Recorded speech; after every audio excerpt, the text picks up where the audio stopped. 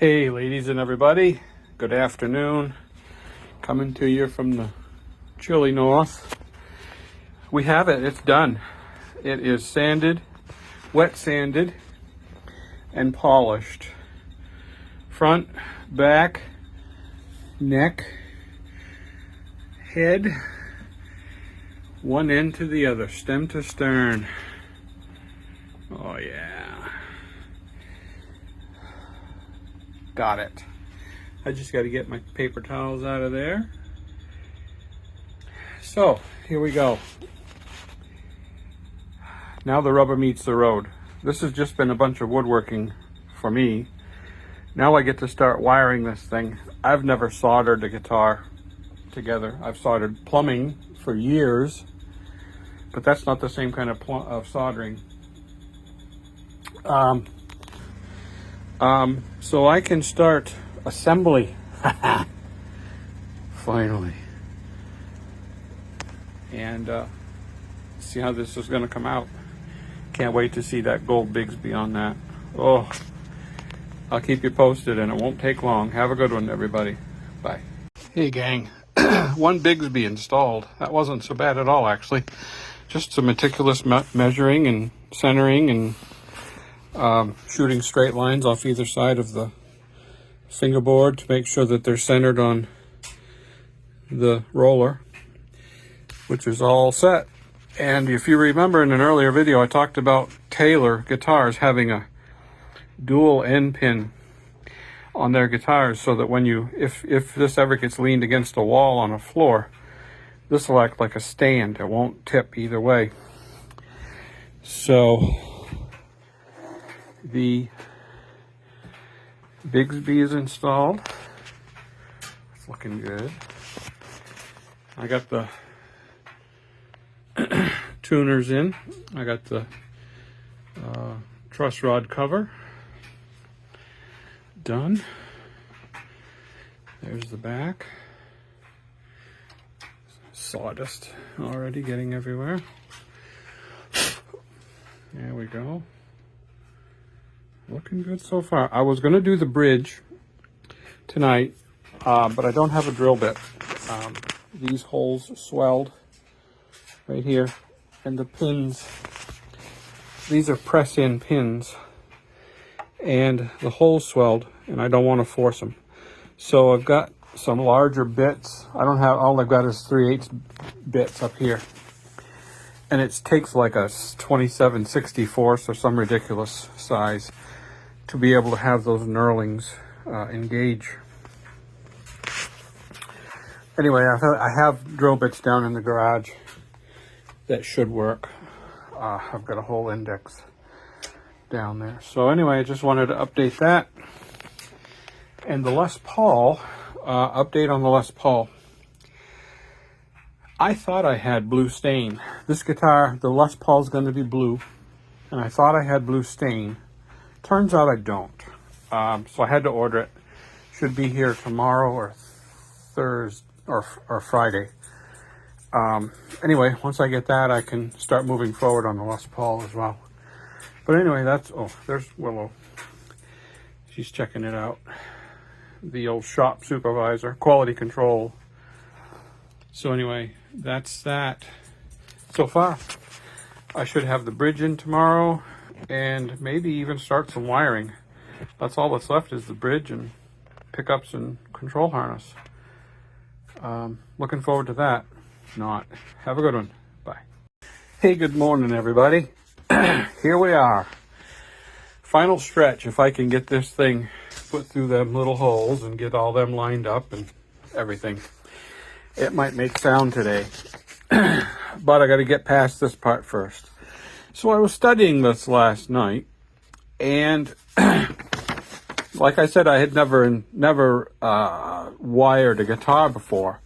So I was trying to figure out NT, BT, and neck. N is for neck, B is for bridge, and T is for tone, V is for volume. I got that part figured out.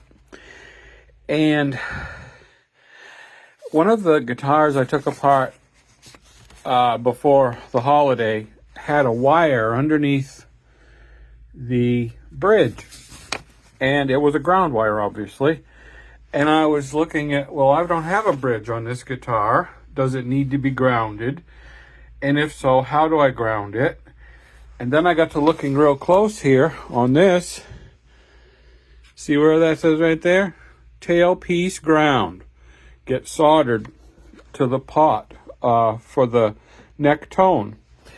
And I was like, oh crap, how am I going to ground this? Because the wiring harness itself, right here, is all pre-wired. And that right there is the neck tone pot. And there is no ground wire connected to that. So I'm going to have to make a ground wire. And I thought, well, it's a good thing I was doing this last night because I don't sleep. So I thought, all right, well, I got myself a long drill bit. And I saw a video where they had used the bridge post. And they have a wire coming in there. And I thought, well, maybe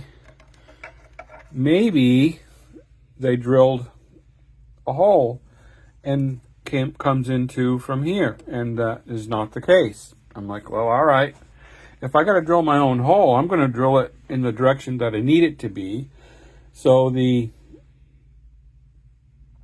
neck tone is down here. So I'm going to drill it from this way into the cavity.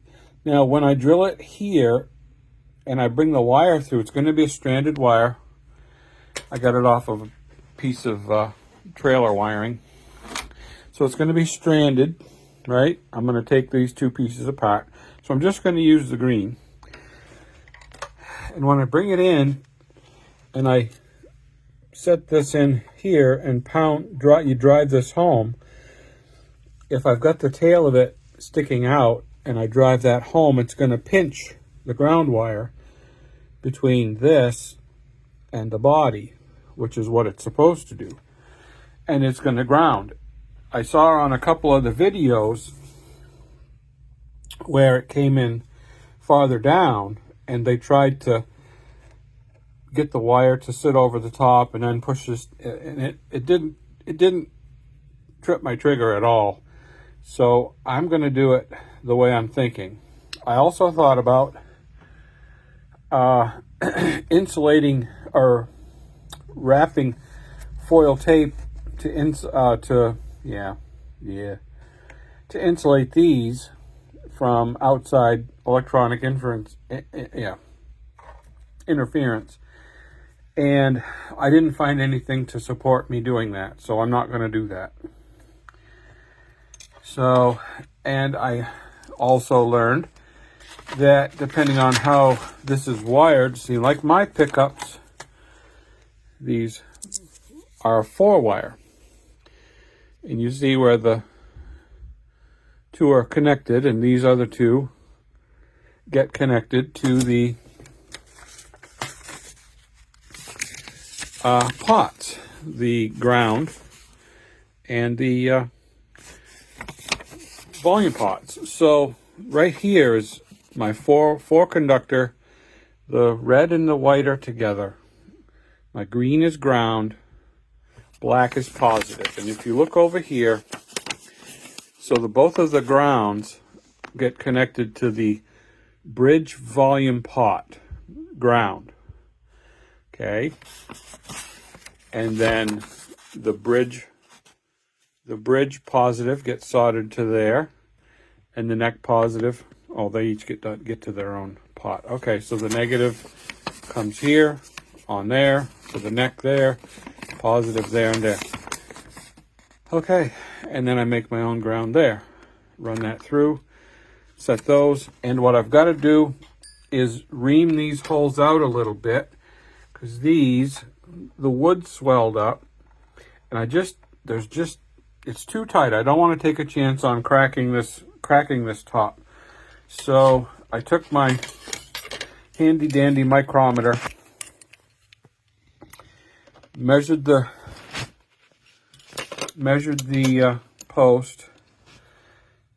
And that came out to be something like smaller than 7/16, but the knurling is larger than 7/16. So I'm going to go with a 7/16 bit and see how that goes. Hopefully I don't drill through the back of the unit of the guitar. And I'll check back in with you. Have a good one. So, hey, check this out, if you can. I just reamed these out. And look right there. I did not drill that. That hole was there. So I'm on the right track in that it needed a hole there. But this wire is just a little bit too big. So I'm going to ream that hole out with the drill bit I have, and it should fit. But that's pretty cool. Have a good one. Okay, so I've got the wire run through. I enlarged the hole. You can see the wire right there. I've got it folded down against the wood hole. And now I will tap these in. I've got a soft mallet. And I'll get these set in place. And we can start setting some pickups. One roller bridge installed with a ground wire. Let me back this out a little bit. There we go. So basically, these posts thread out and in to raise or lower the bridge as needed for string height and setup. And that's what those look like when they're just hammered into place. Just tapped them, a little tappy ding dong. And then these things thread back in. I'm going to start with them all the way down for right now. And in another video we had talked about how prone tremolos, regardless of the brand, are for going out of tune. So that's why we have the roller bridge with these little rollers. We could do a roller nut as well, or we'll be lubricating the nut anyway with graphite. But the idea is to reduce friction so that the spring, when you detune it by pushing down on the tremolo, this spring needs to retighten and retension everything and have it come back into tune. If it's not strong enough to put everything back in tune, then it's out of tune. So the idea to help that is to reduce friction. So these roller bridge is how that's done, and just to help this keep everything in tune. And these have little grub nuts on there, just when I'm ready to lock that on. Okay, so next is pickups and wiring harness, and I'll check in a minute. Okay, the pickups are setting in place. They're not tied down yet, as you can see, but the wires are fished through. This is the neck, this is the bridge. Still got my ground, and there's my wiring harness. So we're ready to start soldering. Before I do anything, I'm going to make sure that these all fit through these holes. So if I have to ream them out, I can do that before I have everything wired and soldered and making a mess. Okay, and here we go. Well, that wasn't so bad. Like the neck tone got the ground, which is right there. NT. I wrote on all these what they were so I wouldn't screw them up. The neck tone has the ground wire. That's all soldered. And this is our neck volume. That gets the neck pickup, which is the gray pickup. And the positive goes there, grounds to the pot. And then the bridge volume, positive is to that lug and ground is to the pot. And if you look there, right there, the positive goes to the lug the ungrounded lug. There's only one lug. I can't screw that up. And on each one. And then the negative goes to the pot. As for these other two, I guess I'm just going to turn them back on the large wire and maybe like tape those. I don't know. I'm not supposed to do anything with them. So I'm just going to corral them. Because when I stuff all this in here, all these wires, I don't want to be able to see through the F-hole. And that by itself is a challenge. First of all, getting everything through the F-hole and lined up and up through the holes. And then having it be clean. So we will see. But the soldering iron I have worked great. And I did use leaded solder. It's brand new, so I had to tin the tip. So I tinned the tip, and I tinned everything once that was done, and it went right together. Not a problem. Now the hard part. Have a good one. Bye. So something I ought to do before I put this in here is to make sure it works, right? So we got the old amplifier set up. We've got our switch on the neck setting, so when I touch this screw, I should hear it. And I do. Which means if it's on the neck setting by itself, I should not have anything here. Nothing. So I'm going to put it to the middle position, which is both pickups. And I have power there, and I have power there. Not so much there as I do there. And now we should have only the bridge pickup. There, nothing there. So it works. I can put it together. So someone out there, I'm expecting, as I would be, is saying to yourself, well, Jerry, how are you going to do this? I've got the F-hole protected. And there's my loom. And I'm just going to keep checking everything, making sure the wiring is all still attached as I go. But I'm going to start with the point farthest away, which is the pickup, the jack. And I've got that brown wire that was next to the green wire. And I think I'm just going to use that to pull my jack. Of course, I'm not going to be able to do this and film it at the same time. But anyway, I'm going to try to get that up through there. I got to feed it from this side at the same time. And it just slipped off. Okay, so I got to start all over. I'll come back to you later. So I've seen videos where guys were trying to fish everything through this little hole. And they would work and work and work and fight for hours. I saw one video of a guy that gave up and waited till the next day to try it again. This must have been first time luck for me, because I wasn't an hour getting all these in. My ground wire is a little short. I can see that. And my pickup wires. But other than that, everything else is hidden. I can live with that, I guess. Maybe I'll see about trying to get a zip tie in there somewhere. Or, I don't know. Maybe I should have zip tied it before I put them in. I'm not taking them out to do it, that's for sure. We are ready to put the knobs on, and I scratch. Even though I was careful, I scratched the living crap out of this. I got to clean up my neck a little bit from where I got some polish on it. Other than that, I can screw down the pickups, put the knobs on, and string it. And check in with you in a little while. Well, we got it. It's all strung. Obviously, you can see that. The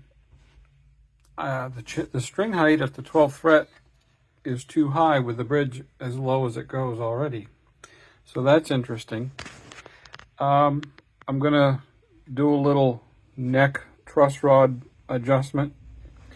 I'm too high at the first fret by a lot, so if I put a bow, put a high spot in the middle, it'll lower the strings at the frets, and I can file the nut to lower the strings up here as well.